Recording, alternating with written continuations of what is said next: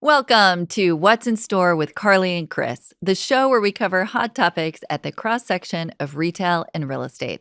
I'm Carly Iacono, and I'm joined by my co-host Chris Ressa. Chris, lovely to see you. How's everything? Everything's going well. How are you? Good. No complaints. Awesome. Any big Thanksgiving plans in a few weeks? Been hosting.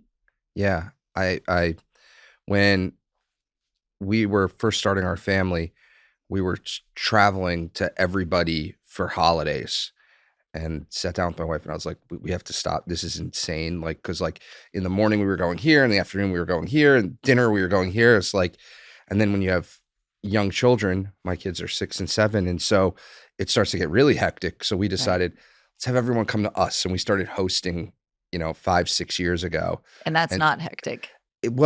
It is hectic. It's a different kind of hectic. But it's different. It's very different. Travel's tough, right? So, yeah. All right. How about you? I'm hosting as well. And the debate in our house is, do the Christmas decorations go up this weekend, or do we have to wait till after Thanksgiving? So, I mean, Thanksgiving's late this year. It's a tough call. We have a lot of fall decor in our house right now. Okay. And so the day after Thanksgiving, we go and get our Christmas tree every year. So by Friday night, Black Friday, we'll have Christmas tree up. It'll be mostly decorated, but we won't do it before. We want to clean up from Thanksgiving, get the Thanksgiving decor out, and then bring in the holiday decor. I do too, but that's only 3 weeks to enjoy all those outdoor lights, which are a real pain to put up. So we're not big on the outdoor stuff. Okay. It's more the indoor decor. Okay. I go big on both. You go big on both. Yeah. Yeah. So anyway, we'll let you know. Okay. And, side note, we never got a picture of your family Halloween costume, and we're already talking about Christmas. So I feel like we need to add that to the bottom of the show just for. I'll get some Halloween pics in. Okay, good. All right, so we are actually here to talk about retail real estate, not just holidays. And today's topic is the three of the most compelling stories in retail right now. So we're going a little different, and we're going to cover 3 totally different topics that Chris and I think are really interesting and worth chatting about. So let's jump in. Let's do it. The first one is just sort of the state of retail mergers this past year. And we've all heard about Kroger Albertsons, which was on again, off again in litigation. I think it's still being discussed, but definitely in, I believe, complete blockage from the FTC. And now there's lawsuits going on. So that one is not old news, but we've all heard about it. But there was a recent one that you brought to my attention, which was just more interesting because it was a different vertical and kind of made you pause and go, why would that be necessary to block, right? Why is this such a big deal? And that was the Tapestry Capri Holdings merger. So some fashion brands, I think slightly different space. FTC disagreed with us. What are your thoughts on that? Why was that blocked? So I think from a high level, if you go back to a couple episodes ago, one of my predictions for 2025 is that there's probably going to be more M&A deals. Mm-hmm. And because retail's strong, retailers are looking to grow, and it's challenging to grow store by store when space is so limited. And as interest rates are lowering, cost of capital, making those types of dynamics more interesting for a someone who's prepared to take on some ultra growth. So maybe you have to go a couple steps backwards before you go forward. Okay. I still believe that that's going to take place. But obviously, them going pencils down on this deal with Tapestry and Capri is, and maybe it comes back, who knows, to me was really eye-opening. They just went pencils down according to the news articles. And, and to your question, like why, it is clear that the current administration's FTC has a mandate to protect the consumer, which I think is great. However, I'm curious. I would love to be behind closed doors to see how they're getting to that they needed to take such a strong stand to put the deal folks in a position to put pencils down. Because one of the things that I know from real estate that's really frustrating is dead deal costs. And clearly on, we have development deals, pursuit costs on, already improved real estate. This is on another level. When you have two major, huge companies like this coming together, the deal costs are significant. And so to have dead deal costs in something that seemingly was going to help all those individual brands, because Tapestry is Coach and Kate Spade, and Capri is Versace, and Michael Kors and Jimmy Choo. And I was excited to see what they could do with all that for the consumer, because I thought these are some iconic brands with some real cachet that they could do both on a retail consumer level and a real estate level, some interesting things. And so we'll see where it goes. I think we know where it's going already, but you think it'll be appealed? I don't know that the courts didn't. It's over. I think they went pencils down and stopped fighting. Is what I think happened. But on a go forward in that specific scenario, maybe people are like, it's just, we're not going to chase, throw good money after bad anymore, and the debt deal costs are just going to be that. But it is clear to me there's some interesting opportunities in the M&A space for retail that I think is going to enhance retail real estate. And if rates continue to come down, space remains limited, which it's hard to see a place where it doesn't. I think we're going to see some interesting opportunities, and I think it will help retail real estate.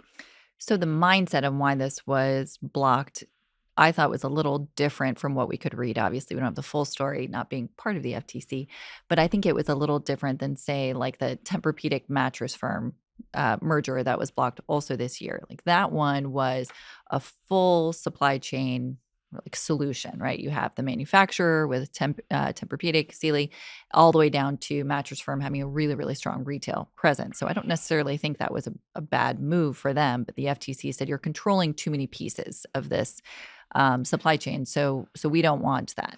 But yet, there's other examples where vertically integrated companies, right, have gotten it through, right? The one that I think of that I thought was really interesting is when CVS bought Aetna. Right. So the insurer down to the prescriptions in the retail store. Exactly. Which to me, I think is probably more impactful to the everyday consumer, right? Exactly. So maybe it's administration. We'll see what happens. I would think, there's a lot of, obviously, the Trump administration has talked about deregulation. Mm-hmm. And if some deregulation starts to happen, maybe that's also a new catalyst. Lower rates, lack of space, and new administration. Those three things converging, hopefully, lets opportunities and deals happen. Because it can be net positive for the consumer, I feel. To your point, let's go back to the example with the Tapestry. Those brands are different, but could be synergistic.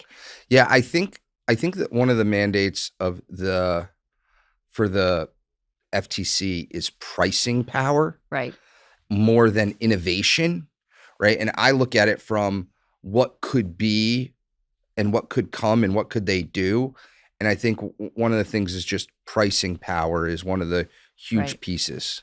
And I think for that, they were saying there was too much control in the accessible luxury leather handbag space. It was very specific. It was. Which is interesting. So, maybe there needs to be a separation on that part of the business and not a full block, but who knows? Anyway. Very interesting. I think your point that it's regulation versus innovation is an interesting one, and we'll have to see what the next administration does. We'll have to see what happens. Yeah.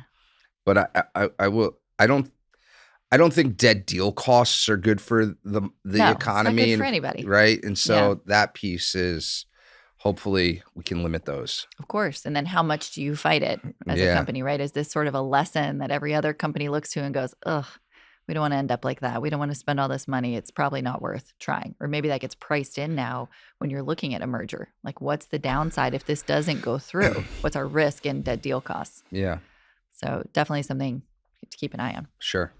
All right, let's move on to number 2, completely different. And this is Amazon bringing back its Amazon Fresh. Now, it never went away completely, but there was a lot of stores that were built that never opened. And it seemed like they were testing some technologies, their just walk out technology that wasn't maybe as much of a win as they'd hoped. And now we see Amazon Fresh 2.0, or it's probably 5.0 at this point, and an increased focus on bricks and mortar grocery from Amazon. So, what does that mean to you for the space overall? What does that mean for other So grocers? the first thing I think about is like, I think just generally how powerful of an investment grocery anchored real estate is. I think that's the first thing that comes to mind. And the reason I say that is, you know, in business literature, right, everyone talks about like you have to spend some money to try new things, fail, and then cut it off and move on. Right. That's in business books all over. And companies struggle with that because like how many things, what percentage of my P&L should I devote to this innovation to try new things that most likely are going to fail, but hopefully I hit the one jackpot that ends up being the lottery ticket. And Amazon was the poster child of always trying and innovating Mhm. and doing these new things. And if it didn't work, they weren't scared to just go, we're going to move on and go. But this one, they came out of the gates and it wasn't working how they wanted. They went back and retooled, and they're coming back out of the gates hot and on and really pushing on the grocery end. So to me, that was like, well, one, how powerful to the grocery anchored real estate investment community. Two, um, I'm sure there's going to be some, you know, interesting, moves by other grocers in reaction to this, and clearly increased competition for grocery. Now, they're not of scale like some of these other grocers that we talk about yet, but uh, a powerful statement to me, in my opinion. And I think it's just a reminder to take them seriously in every vertical, right? We're like, oh, they don't have grocery down. Of course, they have Whole Foods, but the discount grocery, the high tech, like that didn't work. They're out. I would say never count them out, right? Because the Sure. story is innovation, try again, and then really pay attention because when they get it right, that's when they scale. Yeah. And they're just still, I think they're testing, they're tweaking, and we should all pay attention in the industry that if this latest iteration takes off, we're going to see a proliferation. It's my guess. And if you haven't seen, there's a lot of news articles where you can actually look at the stuff they've done in the store Right. and the changes that they've made and whatnot. So, um, I think it's interesting for the grocery sector, both on the retail side and the real estate side. So we'll see what comes from it, but I am intrigued for sure. And one of my takeaways from it was that they're finding the right balance between technology and customer experience. It's like everything can't be super high tech, cold, and just about efficiency and pricing.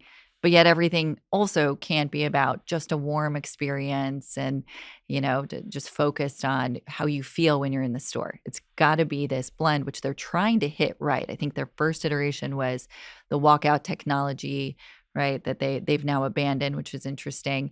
Less people in the store, no greeters, and now they're saying, okay, we need that human touch element with the technology layered on. Maybe that's the sweet point for where we are as a society.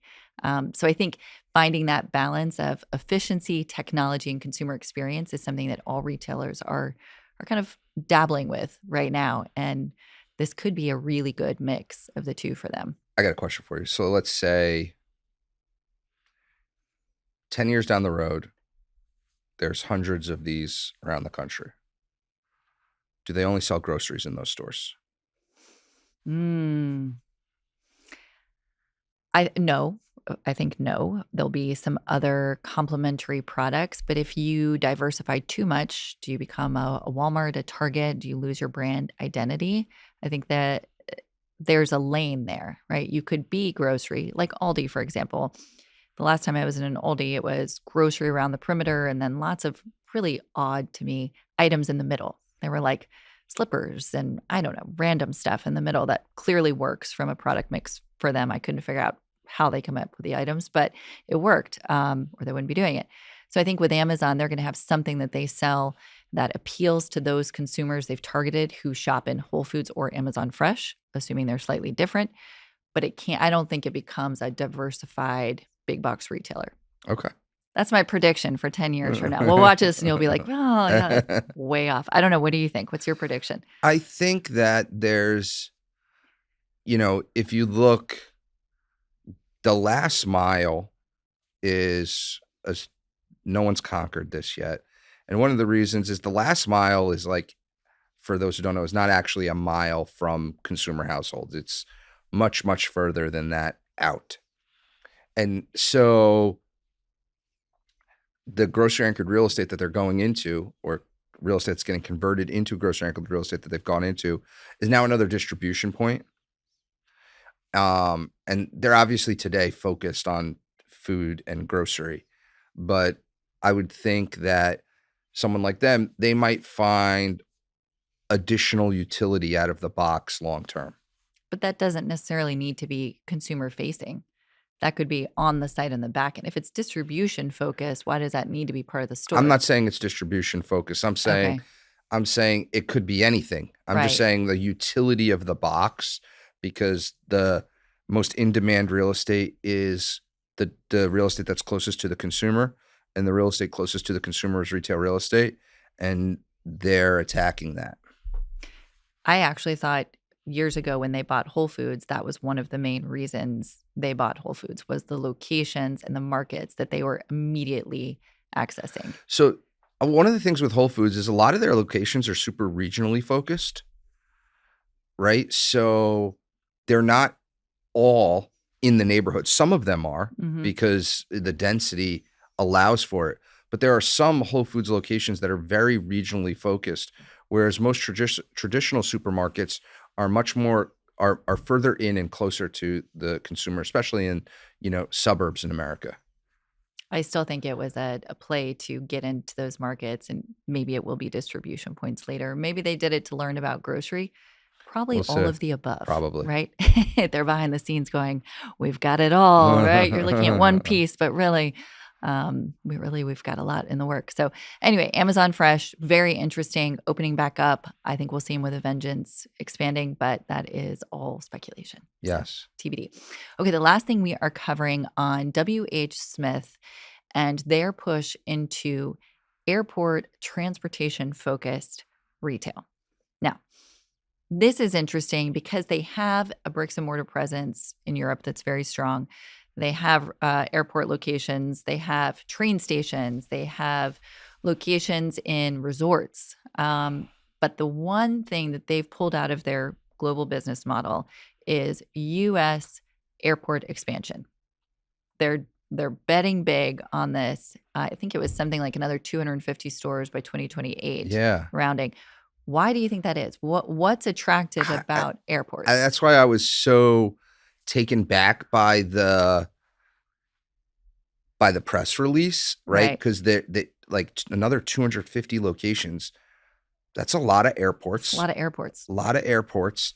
And so my brain starts thinking like, is that just the first thing? Is that just a play that they think that retail in American airports is weak? Okay.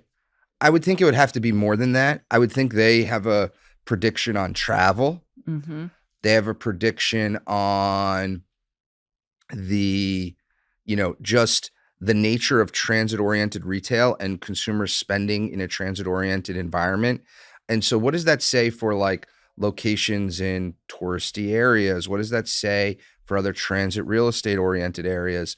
And I think this is really interesting because I'm trying to think of the last retailer that I read a press release about in any publication that was coming out and saying they're expanding in train stations and Right. airports in America. Like I haven't seen that. In fact, a lot of the airports, at least especially in the tri-state, have a significant amount of like these, what I'll call, they're not, but these local brands that aren't actually outside of airports. They're not nationalized.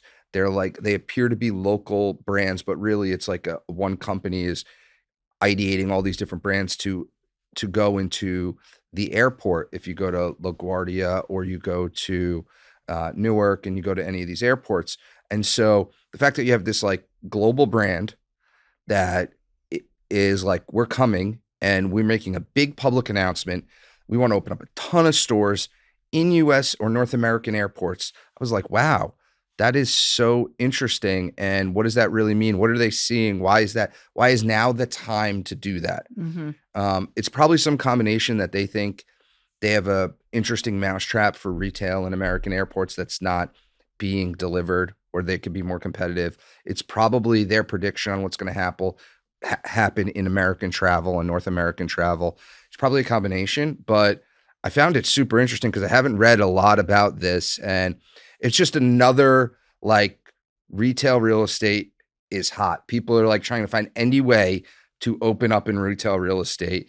And no matter if we have some bankruptcies and more closures, most of those are just either prunings or legacy brands that probably maybe, really needed to address their balance sheet. We still have this plethora of new concepts and people trying to open up in Anywhere a they can. variety of Anywhere. places in retail real estate. I wonder if it has something to do with the margins that they're getting in airports. I mean, whenever I'm in the airport and have time to kill and end up browsing through the stores, the prices I find always shocking. Everything's so much more expensive in the airport. Now, I don't know how much of that goes back to the retailer or if there are certain fees they have to pay to be in the airport. So prices are high, right? Prices are higher because of that. But I wonder if margins and having a captive audience is some piece of that puzzle. Yeah. Yeah. I mean, a bottle of water in an airport is not inexpensive, right? On a relative basis. So, and perhaps that translates all the way through books and bags or whatever, right? Yeah, for sure. It does. Yeah. They're going to be selling. But the fact that they've found a way to pay the airport fees, create a compelling product mix, and grab more of the market share, at least they think they can, is very interesting. And I don't think that's changed. I used to, when I think I've gotten one for everywhere. I used to get my wife a hoodie from every place that I went to from an airport in the airport, just, and it would say like whatever Cleveland. City. Yeah, it would say. And so my wife has a pretty robust hoodie collection. Yeah. But those are not cheap when you go to the airport and buy it's like those. $65. It should be $20. Yeah, it's right? not inexpensive for one of the hoodies you find in the airport. I actually like to, similarly, I buy a Christmas ornament everywhere I go. So I remember the trip, not for every work trip, but for every personal trip. And number one, they're kind of hard to find in certain airports, but then in others, you can find them everywhere. And they're always at least $20 for a plastic whatever, right? Where it should be like $5. So that's real. I feel it. I feel it too. There was one hoodie that I used Cleveland because the only hoodie in there, all it said was, "This is my favorite Cleveland sweatshirt."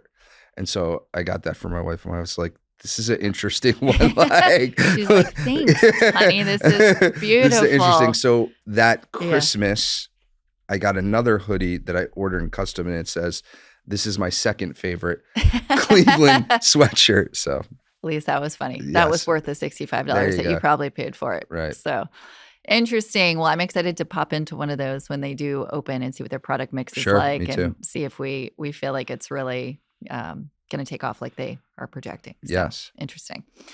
Well, that was today's kind of retail roundup. Thanks for sharing your thoughts. You too. And for everyone listening, we appreciate you tuning in. As always, that was What's in Store with Carly and Chris, and we will see you again next month. Have a great day, everyone. Audio Jungle.